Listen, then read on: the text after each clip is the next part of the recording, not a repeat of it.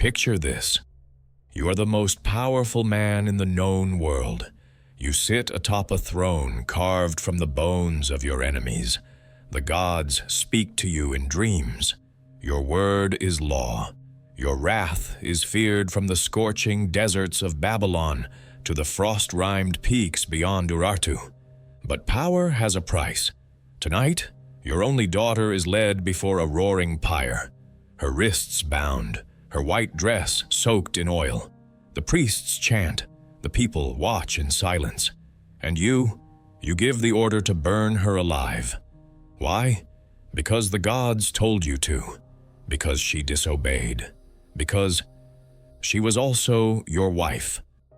Today, we're stepping into the shadows of ancient Assyria, a brutal empire ruled by warrior kings, divine mandates, and blood-soaked rituals.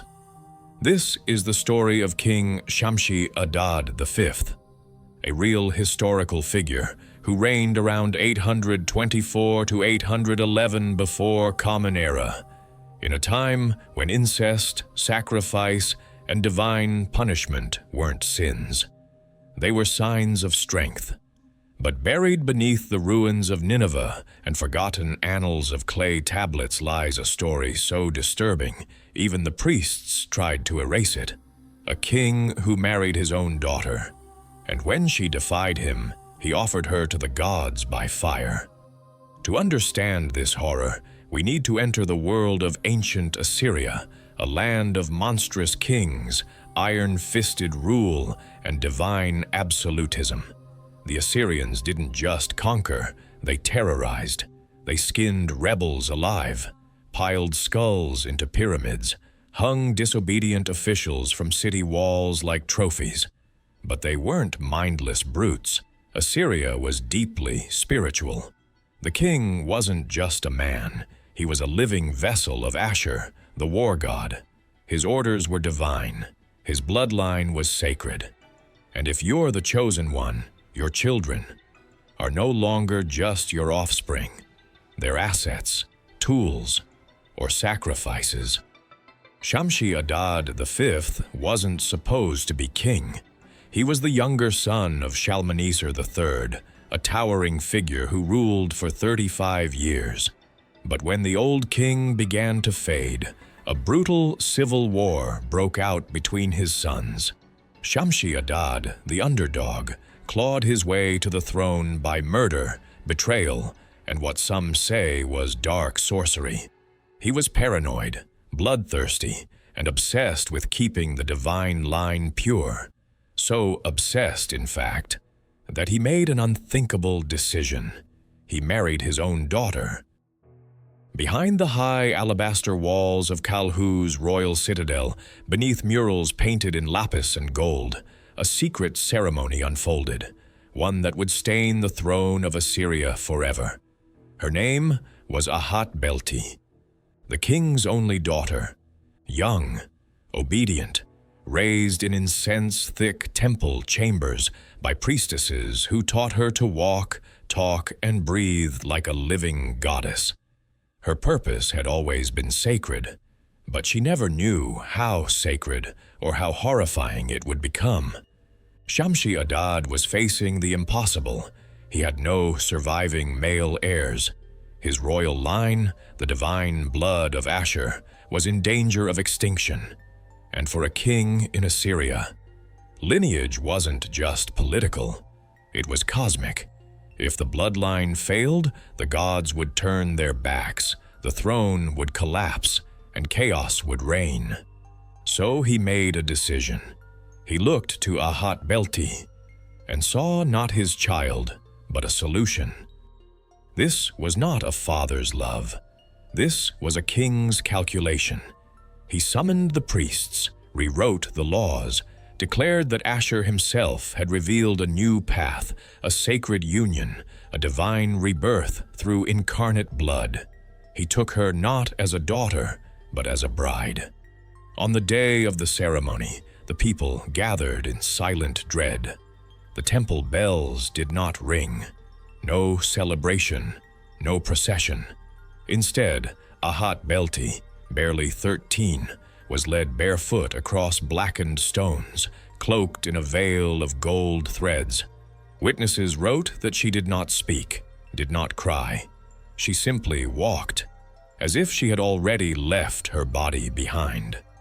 Some say the priests protested, that the chief seer tore his robe and cried that this was not divine union, but sacrilege wrapped in silk. But Shamshi-Adad silenced him, and the seer's tongue was cut out. Ahat-Belti was crowned queen of the heavens, and on that night the king climbed into her bedchamber. Thus began a reign built on incest, fear, and the quiet suffocation of truth. But the gods were watching. In the months following the wedding, the skies changed. There were storms with no rain. Lightning struck the temple gates 3 times, and during a royal feast, a black vulture crashed through the high window of the great hall, landing dead at the king's feet. The omens had begun. In ancient Assyria, these were not coincidences. Every celestial flicker, every twisted birth, every shadow that lingered too long, it all meant something. And what it meant was terrifying. The Baru, the court diviners, began their work. They cut open lambs, read the lines of livers, studied the skies. The answer was the same every time. The king's blood has been corrupted. The heavens burn with shame. One clay tablet, discovered in Nineveh and translated only recently, recorded this chilling line: "The fire that cleanses must come from within.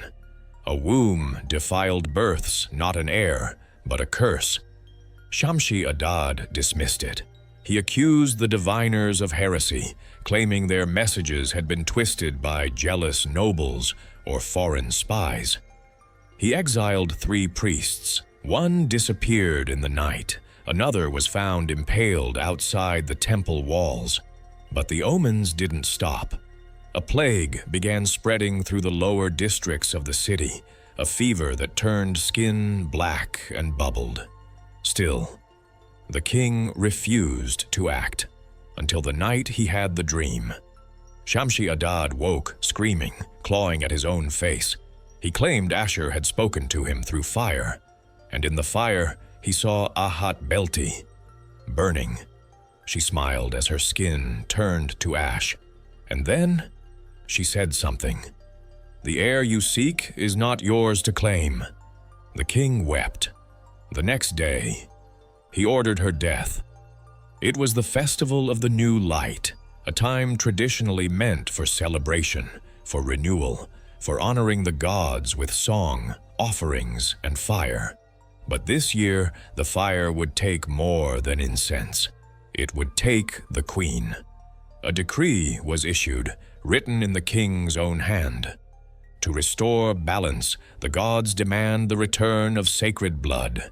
She who bears the fire shall cleanse the line. The people gathered in silence as Ahat-Belti was led from the temple, her feet bare, her wrists bound in golden thread. Her white gown dragged across the ground, soaked in fragrant oils, a cruel parody of a bridal dress. Some wept, others knelt, but none spoke. She was placed atop a stone platform, surrounded by a ring of cedar logs soaked in pitch. The execution was to be sacrificial, not punitive. The king insisted this was not death, but offering. He approached with the torch. He did not tremble. Witnesses say Ahat-Belti did not scream, not once. She looked directly at her father and closed her eyes. Then the fire consumed her. The queen, the daughter, the bride, burned alive by the hand of the man who gave her life. One would think that after such a sacrifice, the omens would stop, the skies would clear, the gods would be pleased. But the gods were not satisfied. Within a year, Shamshi-Adad V was struck by a wasting illness. His flesh began to rot from within. Historians now believe it may have been necrotizing fasciitis, a rare and terrifying bacterial infection. His face swelled, his voice vanished. Worms bred beneath his skin. The same priests he had once silenced now whispered, "The king is unclean." Ashur has turned away. The fever spread to the palace. 2 generals died. One was found convulsing, bleeding from the eyes. Civil unrest followed. The capital teetered on collapse. Rivals circled like vultures. And as the king rotted, alone in his stone chamber, he reportedly cried out her name, "Belti, Belti." But no one came. When he died, no royal mourners were called. His body was left outside the gates for 3 days, a punishment reserved for oath-breakers. The scribes erased his name from the tablets. His statue was pulled from its pedestal. Even his grave was lost. History has a way of hiding its worst sins. Shamshi-Adad's reign was wiped clean by those who came after him, his atrocities buried beneath libraries and forgotten names. But the truth always leaves traces, burned into clay, etched in the scars of survivors, whispered in the winds that sweep the ruins of Kalhu. The Assyrian Empire would rise again, briefly, but it never fully recovered. And just a few decades later, its greatest cities would be sacked, its gods abandoned, and its kings dragged through the streets in chains. And somewhere, beneath centuries of ash and silence, the bones of a hot Belti remain. A queen, a daughter, a sacrifice. Her story, once erased, now rises like smoke. If this story moved you, disturbed you, stayed with you, that means you're the kind of person this channel is made for. We tell true stories of our past that others are too afraid to touch. So subscribe now. Join us every day as we dig into the shadows of history. And leave a comment. Would you obey the gods if they asked you to burn your own child? This has been Quiet Witnesses, where the past never stays buried.